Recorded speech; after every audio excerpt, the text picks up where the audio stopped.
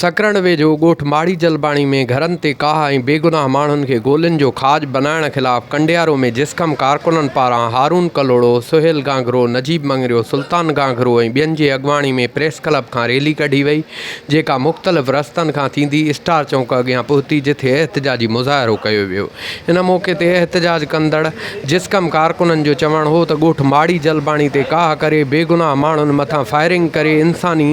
जाननि खे गोलियुनि जो खाज बणायो वियो। मुतालबो कयूं था त बेगुनाह माण्हुनि खे क़त्ल कंदड़ जवाबदारनि खे गिरफ़्तार करे सख़्त खां सख़्त सज़ा ॾिनी वञे, न त ॿी सूरत में एहतिजाज जो दाइरो वधायो वेंदो।